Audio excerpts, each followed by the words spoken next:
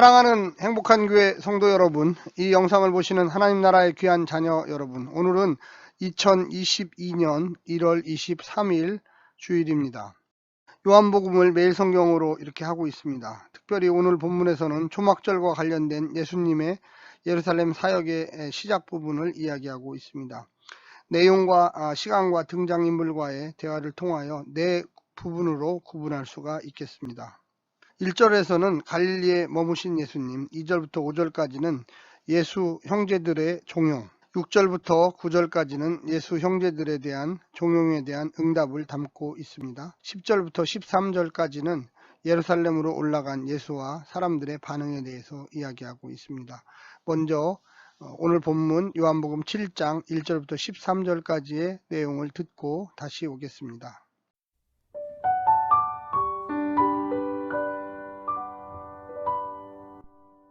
요한복음 7장. 그 후에 예수께서 갈릴리에서 다니시고 유대에서 다니려 아니하심은 유대인들이 죽이려 함이로라. 유대인의 명절인 초막절이 가까운지라. 그 형제들이 예수께 이르되 당신이 행하는 일을 제자들도 보게 여기를 떠나 유대로 가소서. 스스로 나타나기를 구하면서 묻혀서 일하는 사람이 없나니 이 일을 행하려 하거든 자신을 세상에 나타내소서 하니, 이는 그 형제들까지도 예수를 믿지 아니함이로라. 예수께서 이르시되 내 때는 아직 이르지 아니하였거니와 너희 때는 늘 준비되어 있느니라. 세상이 너희를 미워하지 아니하되 나를 미워하나니 이는 내가 세상의 일들을 악하다고 증언함이라. 너희는 명절에 올라가라. 내 때가 아직 차지 못하였으니 나는 이 명절에 아직 올라가지 아니하노라. 이 말씀을 하시고 갈릴리에 머물러 계시니라. 그 형제들이 명절에 올라간 후에 자기도 올라가시되 나타내지 않고 은밀히 가시니라. 명절 중에 유대인들이 예수를 찾으면서 그가 어디 있느냐 하고 예수에 대하여 무리 중에서 수군거림이 많아 어떤 사람은 좋은 사람이라 하며 어떤 사람은 아니라 무리를 미혹한다 하나, 그러나 유대인들을 두려워함으로 드러나게 그에 대하여 말하는 자가 없더라.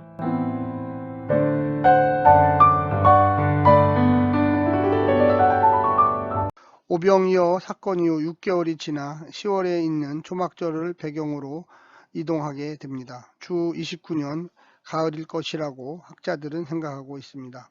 요한복음은 이후 예수님의 갈릴리 지역 방문을 언급하지 않습니다. 그 사이에 무엇을 했는지 정확한 언급이 없습니다. 또한 10장 22절에 수전절을 언급하는데 12월에 있는 절기였기에 본문과 약 10주 정도의 간격이 있습니다.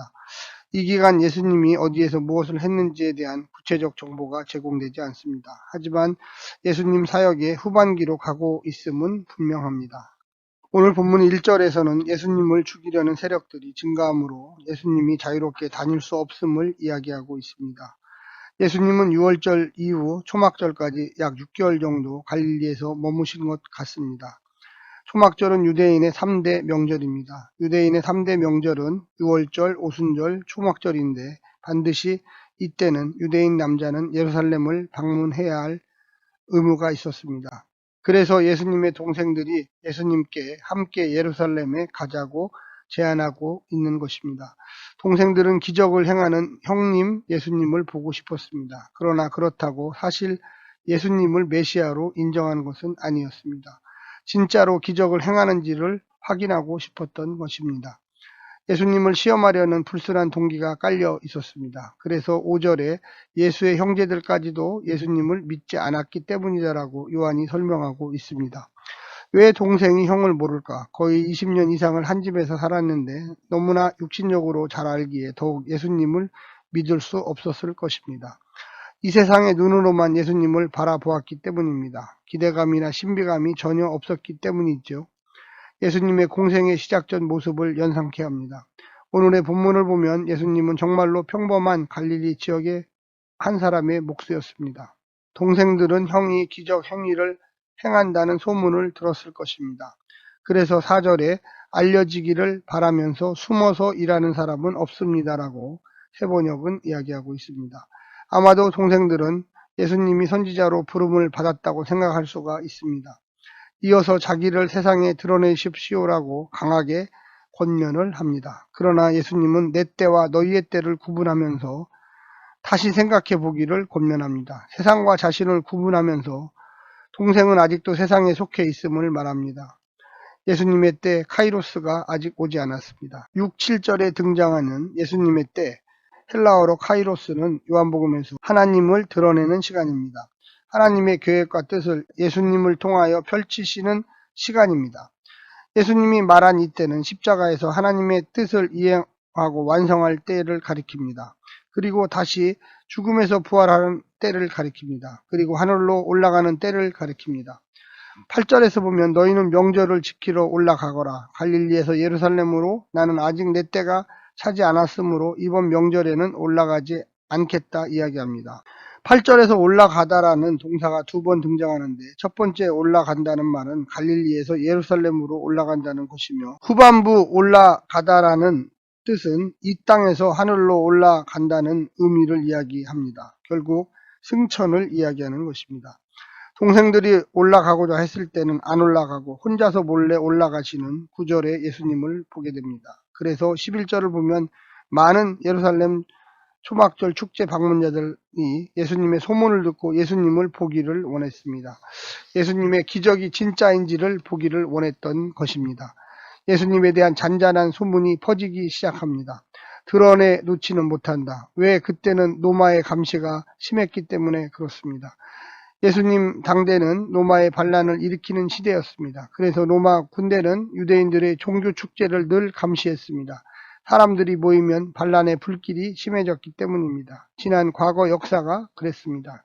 예수님 시대에도 10년마다 로마의 반란을 일으키는 유대인들이 나타나기 시작했습니다. 야훼 하나님에 대한 종교성이 매우 강한 민족, 유대민족이 어떤 희생을 치르더라도 야훼 하나님에 대한 믿음을 지켜내려는 굳건한 유대 신앙을 가지고 있었습니다.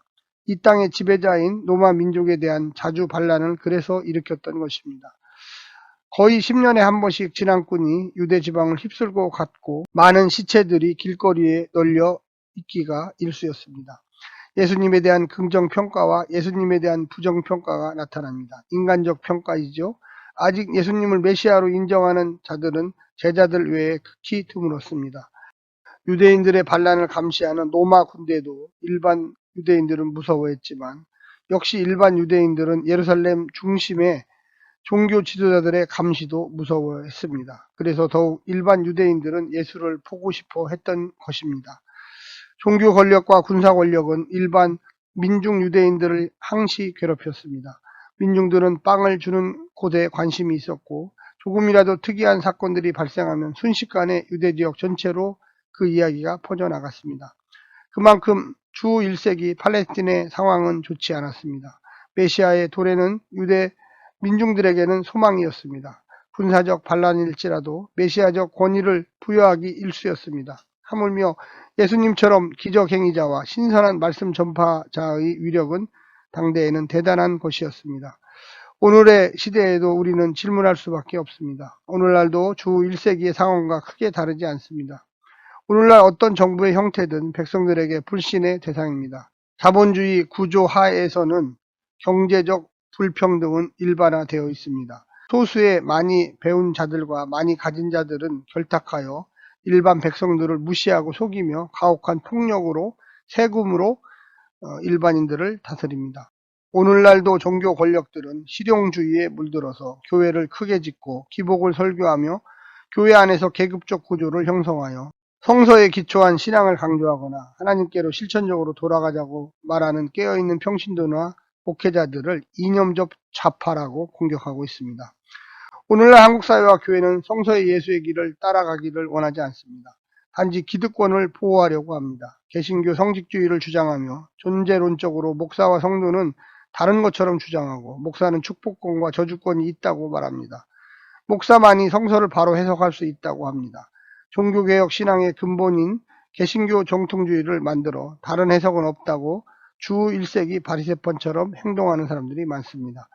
과연 오늘날 예수님이 다시 나타나도 기득권 세력들인 한국교회의 종교 권력과 세속 지배 권력들이 그냥 말할 수 있게 놔둘까요? 정말로 고민입니다. 조막절의 기쁨의 축제에서 예수님이 숨어 다닐 수밖에 없는 성서의 현실이 오늘날 한국교회의 현실이며 한국 사회 안에서 성서적으로 살려 하는 진짜 성도들의 상태입니다. 오늘 한국교회 안에서 드러내놓고 이야기할 수 있는 것이 무엇이 있단 말입니까? 사회나 교회나 기득권 세력의 폭력, 금력, 그리고 권력으로 정직하게 살아가는 자들, 성서의 진리를 행하는 자들을 핍박하고 있습니다. 하나님께 신실하는 자들은 자신들을 고난 속으로 쳐넣는 자들에게 항거하며 선교자적으로 삶으로 평안을 외치고 가난한 자들과 함께 인내하며 하나님의 직접 개입을 바라는 것입니다. 오늘 이 말씀을 통해서 크게 은혜 받으시기를 간절히 부탁드립니다. 샬롬.